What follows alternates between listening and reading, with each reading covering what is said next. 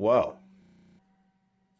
Catus Maximus here. This is just going to be a relatively quick review of this Makita 6302H.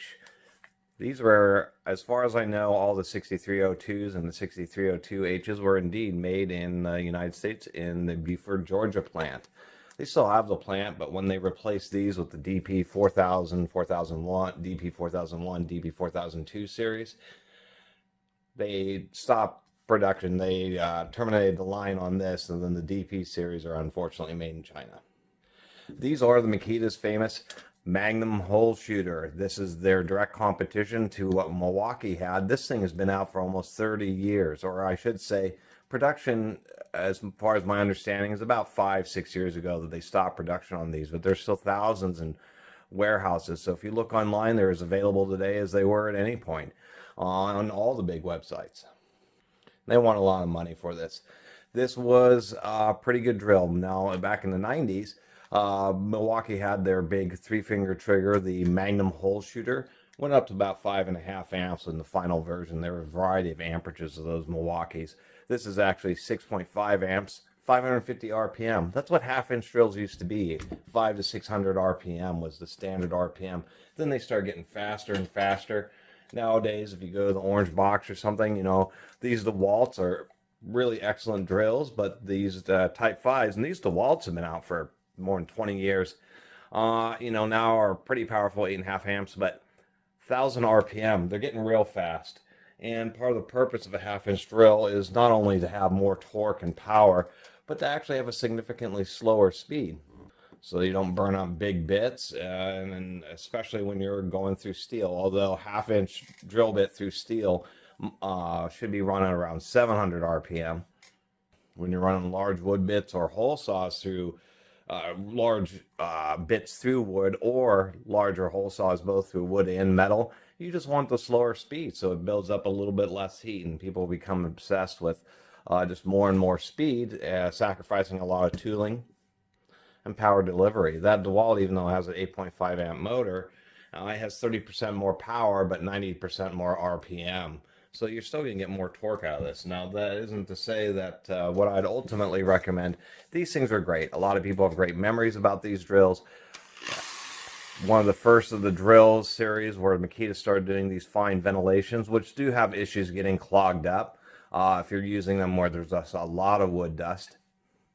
Generally, they're okay, but there have been issues. But the whole point of that was to try to chop up the air just to reduce the noise a bit.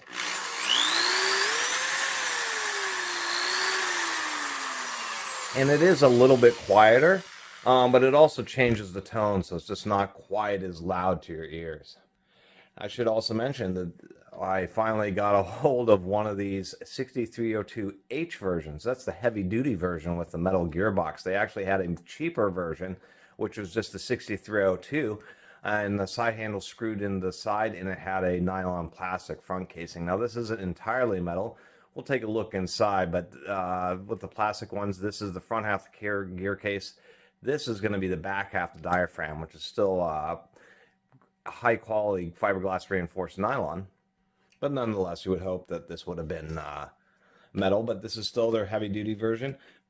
It is Japanese, and Makita does some things differently. The drill is actually a little bit taller than, say, ones like this, which is the DW245. This is the 600 RPM version of that other DeWalt drill I just showed. These are actually pretty rare. I've never seen these in a store. Even in construction supplies, which have had some pretty oddball and rarely seen power tools, these I've only ever known as being something that you have to order, but these are what I'd recommend today just because of the superb ergonomics. But if you're really in the Makitas, this is one of the best half-inch drills they made. The new DP 4000, 4002s, etc. The 4002 is a low RPM. They do use triple gear reduction. This uses double gear reduction. That's why it's sometimes called the warthog. If you're right-handed, it's great. If you're left-handed, then you have this big old wart that's caught in your hand. Also, they can have a big taper on the gearbox, but they're only using a double reduction. With the gear down to 550 RPM means that they have to have a large diameter idler gear. And to keep this taper on the gearbox, they had no choice but to move that idler gear somewhere, so they moved it off to the side, and that was always the oddball thing. really made these drills distinctive was the big wart on the side for that idler gear. The other thing that was distinctive about these was, of course, the independent reverse switch down here that didn't get locked out. Some people like that, but of course it has this, in rare situations, you could be using the drill and somehow accidentally bump that, which would be no good. The trigger lock, part of the ergonomics, some people like this, you know, the rubber covered booted switch, although it doesn't have the linearity of more modern switches or even more modern Makita drills. I should mention that Makita does date their tools. This one's from the year 2000. So this is already 20 years old. As you can tell why I picked it up, because it's been taken care of. Although I can tell by the commentator, somebody was using it for maybe polishing duty or something like that, where you don't get a lot of wear on the body, but there is some hours on the motor. Still kind of hard to find because these are both about the same price, $140. Which you can still get new today. And this DeWalt, the DW245, is much better than the 6302H. I won't say much better, but it is significantly better. And a lot of it just has to do with more modern ergonomics, as well as the DeWalt has a triple gear gearbox that's really oversized gear. It's really excellent. And let me get that out of here, because we're not talking about the 245. Besides just saying that it's more ergonomic, and it's what I'd recommend today. If you're going to spend $140 on a half-inch pistol grip drill, it's going to be that DeWalt. This trigger is really a big portion of the issue. They have this deep curve here, but with my size of hands, when I pull it back, there's too much plastic around the trigger there, and so my finger constantly is getting caught up or is pressing against that, and so I can't actually pull the trigger all the way. So what I'm doing is doing it like this, so I can pull on these edges, so I can actually depress it. It's actually to a point where you think you have it all the way, and if you squeeze harder, oh, then it's actually full speed, and it's a little bit annoying. But if you're doing some heavy drilling activities, you'll be doing that, and sometimes you can accidentally press that trigger lock there. Should have been just a little bit smaller diameter, but they've replaced this drill. They aren't making it anymore, and it was classic. It used the through bolts with the little nuts, you know, the steel belt clip, which I appreciate, and it does have a large output gear, but they offset that higher, and it's kind of nice because you can get a nice grip, and it gives you a little bit more ability to push when you're drilling.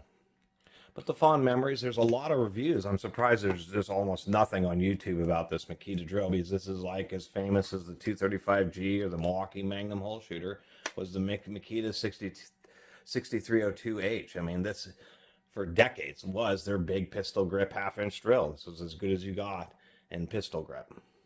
And you can still find them online. It's just kind of interesting to see compared to more modern stuff. They do have teeth, and this happens to be sacrilegiously a Porter cable handle. But the issue is that Makita decided to clock them or do spacing slightly differently. So where the standard like Milwaukee, Porter, and DeWalt, etc., all their handles are pretty much interchangeable, they are here too. We can see that it will engage the teeth properly, but it's clocked, so you can never get the handle straight up and down, or you can never get it quite to the side. It's always going to be up one notch too much or down one notch too much. Otherwise, the diameters and everything else are the same, but it's something that Makita, you know, decided to do a little bit differently. It is a Makita-made chuck. They didn't buy Jacobs chucks for these drills, but it is easily the same quality. And actually, it may be made by Jacobs, but they did get a custom stamping Makita. And it was a little sticky, and I put a drop of oil on this, and this chuck is absolutely beautiful. So everything you would really expect.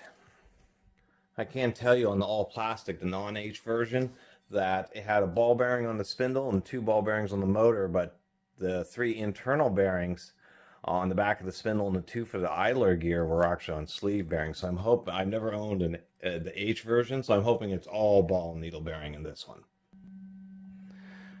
All right, after that little demonstration, that was really just too fast for that large of an auger bit and really keep it stable, or excuse me, with that self-feed bit. Really is difficult. This 1, and I think this is a 1 1/8 inch, maybe 1 1/4 inch auger is much more optimal for 550 RPM.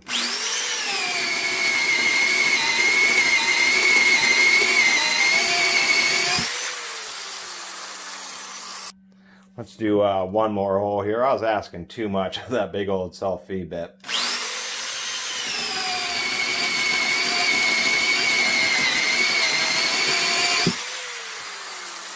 And if you get used to actually pulling out the auger, it can clear out a bunch of the bits if you're not actually going all the way through, or excuse me, the chips.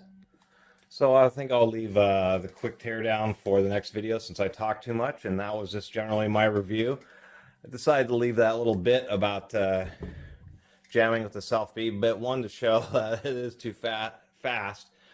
Two, when you get large bits running a lot faster than they should be, they can be harder to control.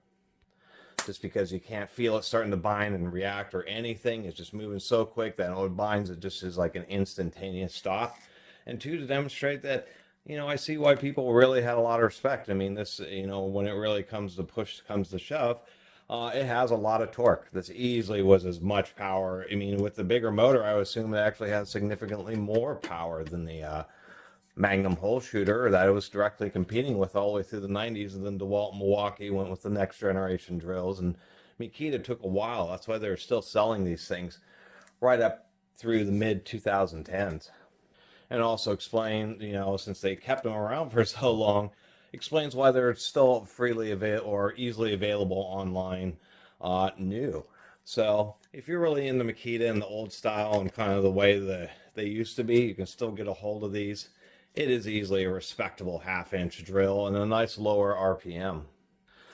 But if you're, you know, otherwise I'd recommend the DeWalt DW245 for the same RPMs. Actually, it's 600, but just being more modern. Otherwise, this is as far as, you know, a drill that will last you and that will work and get the job done. Certainly see why Makita, why a lot of people have fond memories. And even under jamming, there wasn't any shifting of the gearbox, which was really, I own one of those DP 4002s. I bought it new and I sold it for half the, a few months, not a few months, I think I actually had it for a year. But I hardly used it. I ended up selling it for half what I bought it for new, just because first few times I used it, the gearbox diaphragm in the front of the gearbox would actually shift a little bit. They didn't have a pin, and hopefully they fixed that in newer manufactured ones. And so the diaphragm would shift, and that means that the gears would get cockeyed to each other. And you would hear that every time you drill, and it was just terrible, terrible for the gears. So it's nice to see that, well, I mean, this one, it doesn't have that issue. It's a shame to see that what replaced it did actually have a pretty serious issue with the gearbox.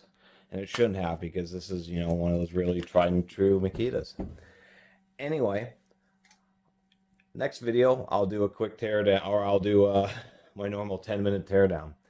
But I really appreciate everybody who's been watching and subscribing. And if you haven't subscribed, please do. Until next time, Catus Maximus out.